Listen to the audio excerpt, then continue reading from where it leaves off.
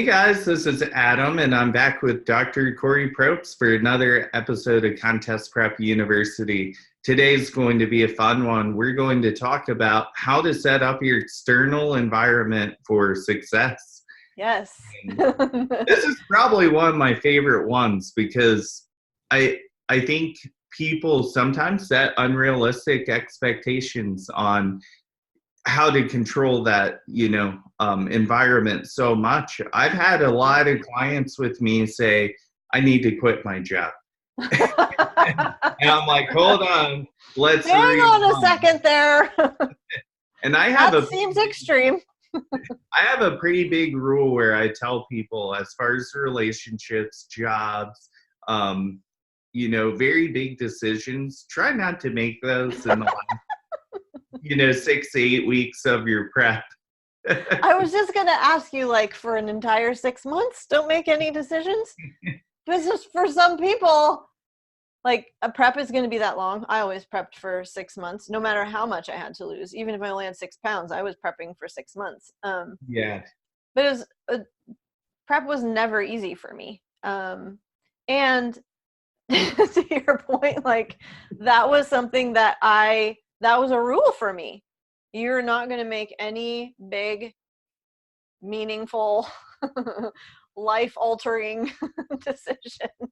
Right, yeah. While you are doing this, because you're not at full cognitive capacity.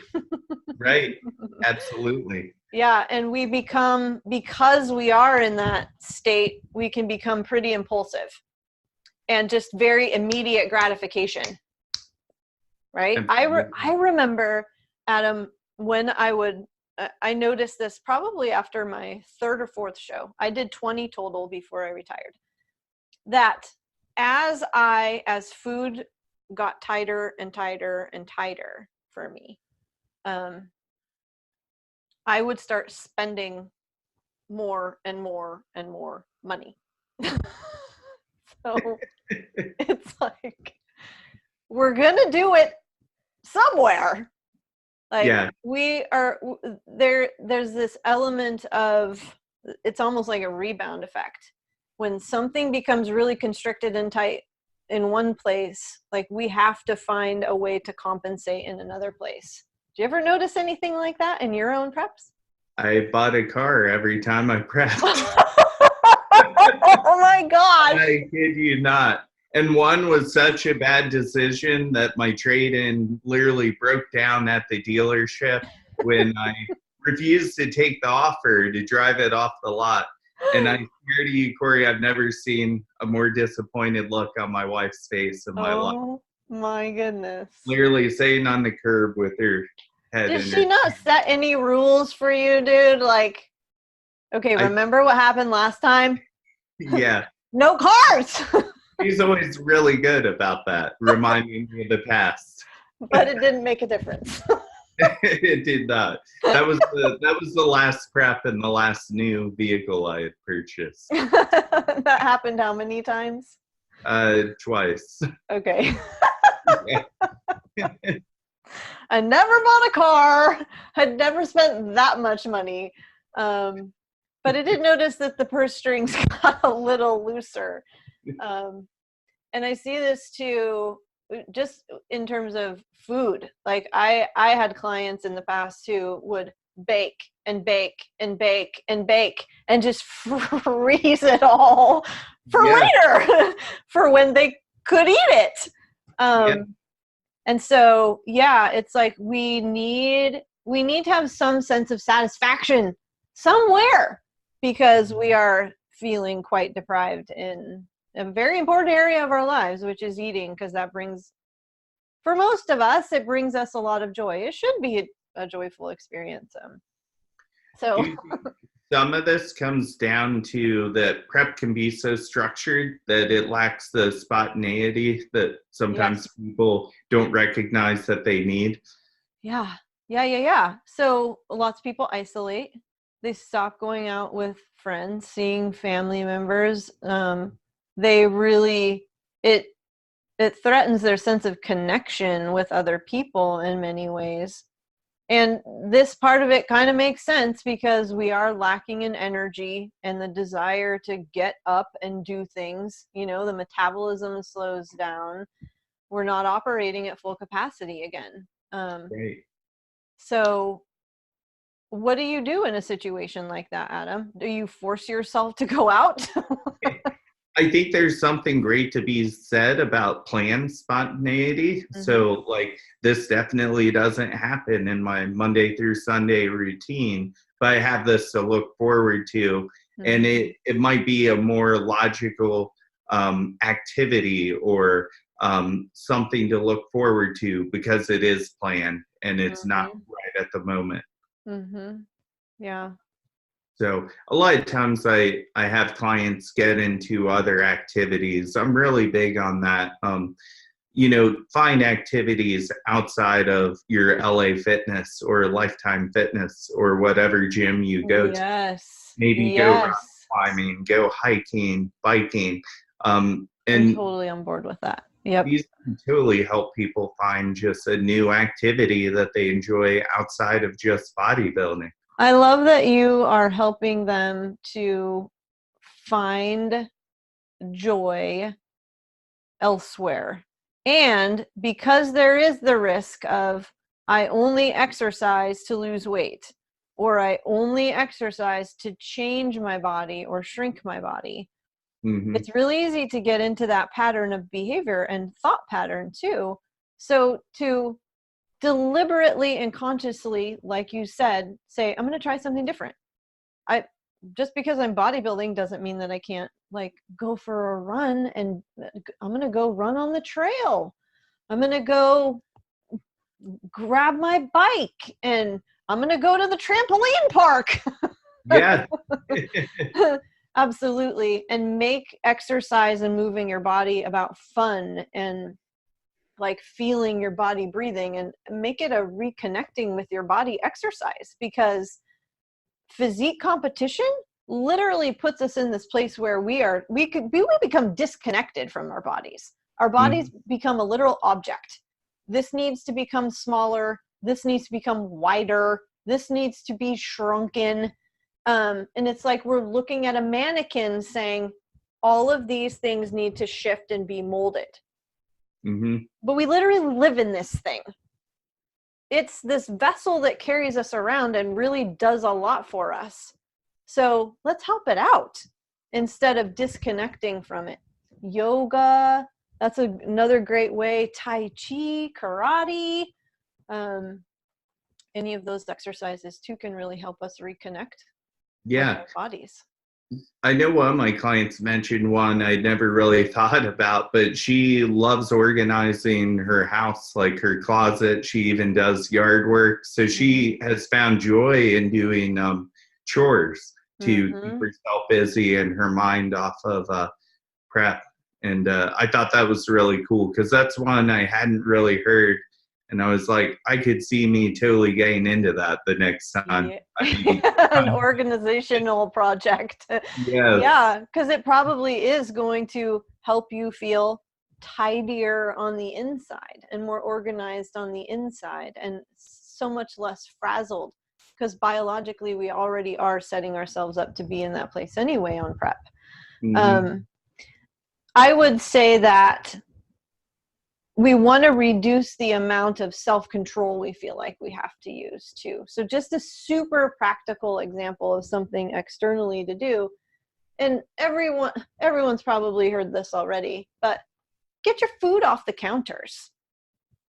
Don't keep food on the counters. It's like set up your environment so that your thoughts they don't become distracted by things that you don't necessarily want to like grab your attention. Right. Mm-hmm. That's key. My wife made a candle that was had candy corn surrounding it. And I told her, I'm like, I think this is beautiful, but it just has to go. This is so creative, honey, and let's hide it. Yes. Yeah, keeping food out of the house that you don't necessarily want to be persuaded by. Mm-hmm. Letting your friends, this is a big one, let your friends know ahead of time that you're pursuing an extreme sport. So yes, you probably are going to be less social.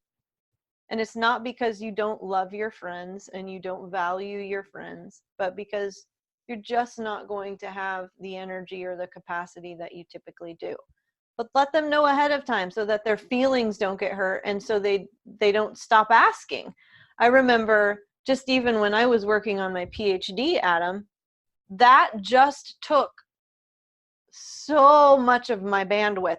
Like that, it felt like a physique contest prep to me, but it was 5 years long. And my friends would ask me to do things, and I literally just did not create space in my calendar for as much as they would have wanted to see me. I'll say that. It's not that I never did. It's that I really needed to buckle down. If I were to expect to do this well and get it done in a reasonable amount of time,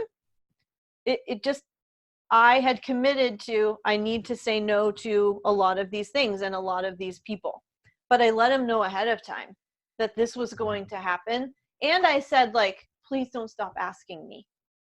I need to know that you'll keep asking me and that when we get done, you don't hate me so much for rejecting you so often, that we're still friends and we can just pick back up where we left off.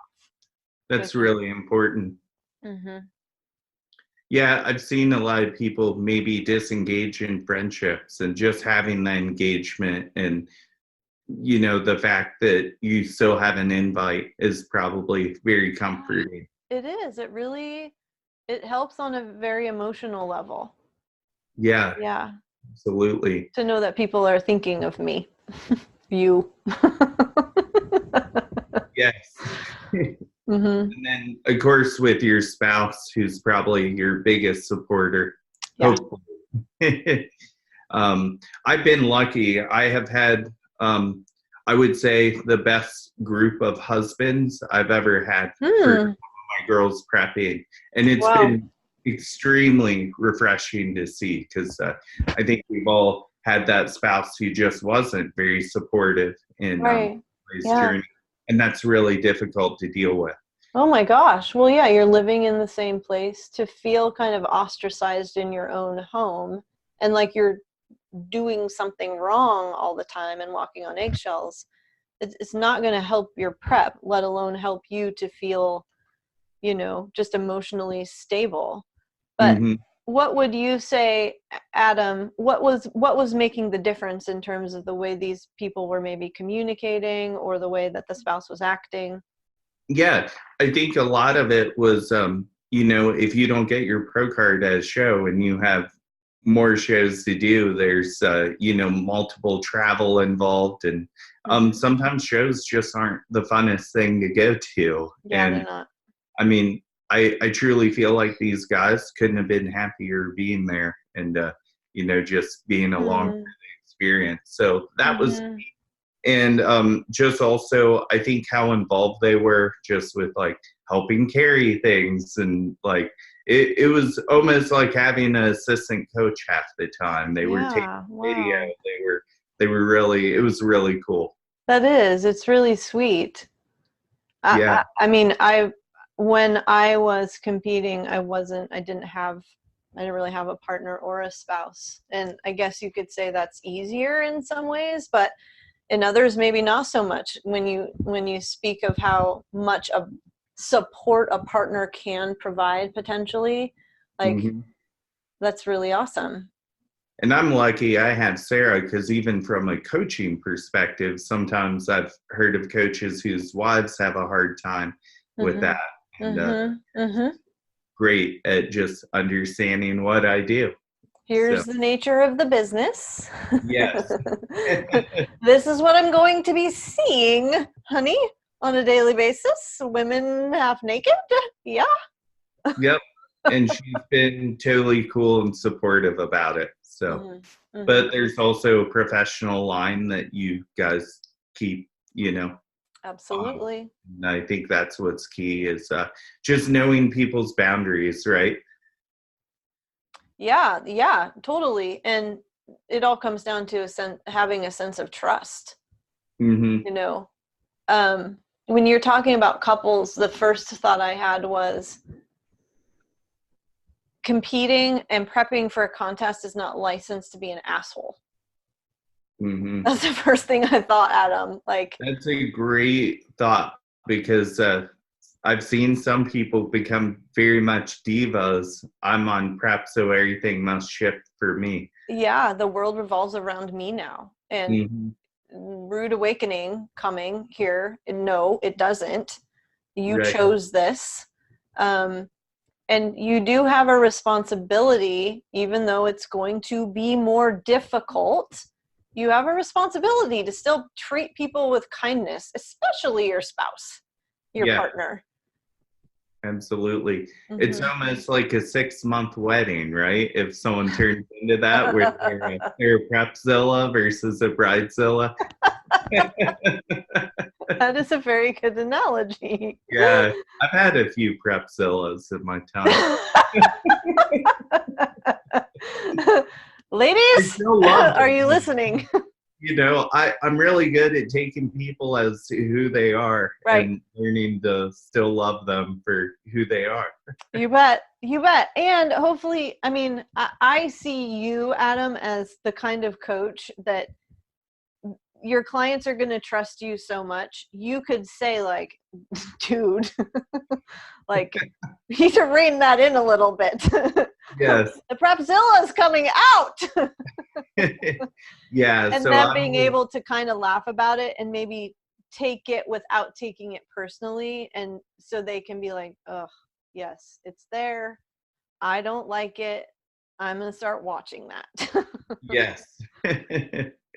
You know, even with just my lifestyle and general population clients that I work with, one of the things that is most beneficial for them and is learning how to communicate with their friends and their partners and spouses about what they're doing, why they're doing it, how it's going, what types of support they need, what it would help to hear.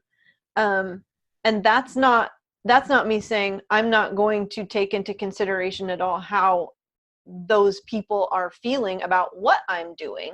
But a lot of times our support people don't know how to support us. Mm-hmm. And I just had a client the other day say, I'm not even sure what I want these people to say or how they can support me. So for our prep clients, that would be a valuable exercise to reflect upon what would feel supportive. What could this person say and do? And very importantly, how might I ask for these things in a kind, compassionate way, not in a demanding way? Yes. I love that you said that because people are so afraid to talk about that because I feel like we almost live in this dream environment where I want this, but I don't want to ask for it, and I just kind of expect the person to know what I want, and we cannot guess. And I think like when people like do see counselors, like maybe marriage counselors specifically, that's one big thing they talk about is don't have expectations. You just have to have these almost like State of the Union addresses where you say, this is what I need. And if you both understand that, and it doesn't take any glory away from it to talk about it. If anything, you're more than likely to get what you want if you do talk about it. That's it. Yeah. And you become closer to your partner as a result of having that conversation.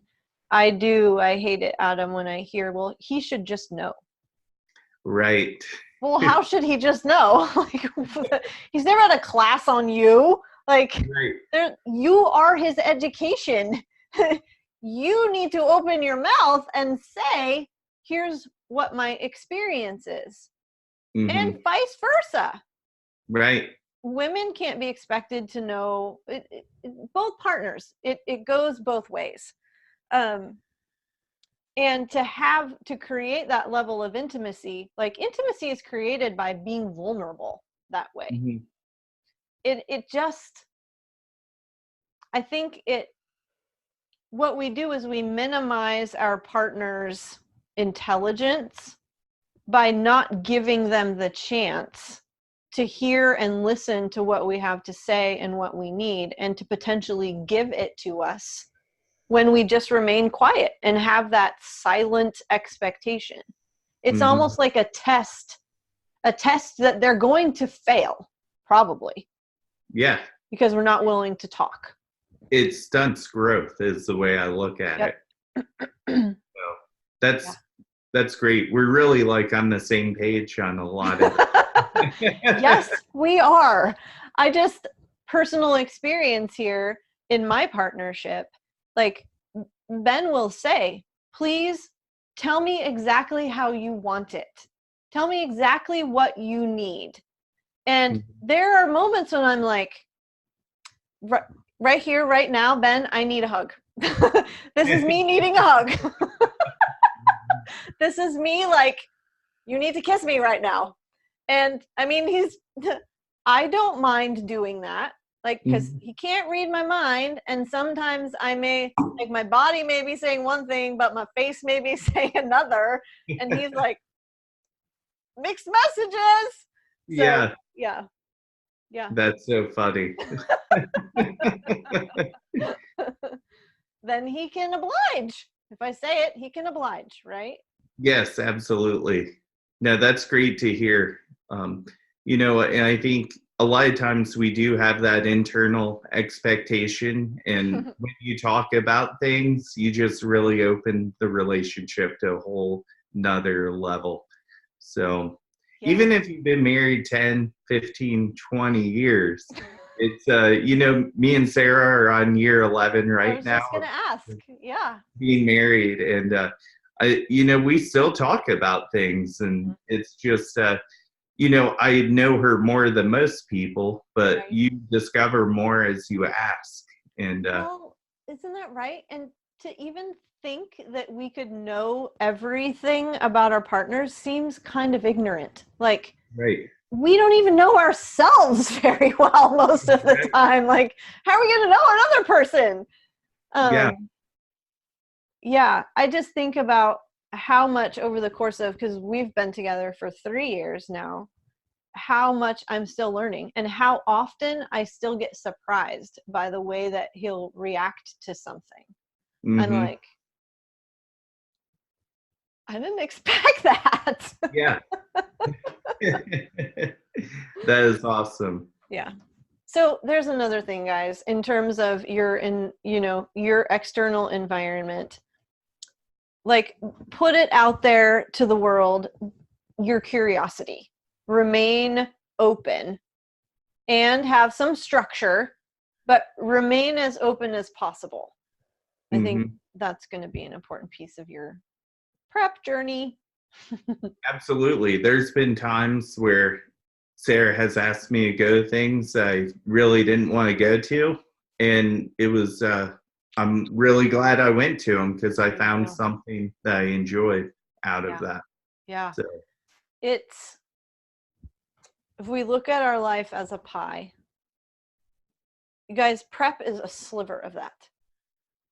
Just a small slice of your life.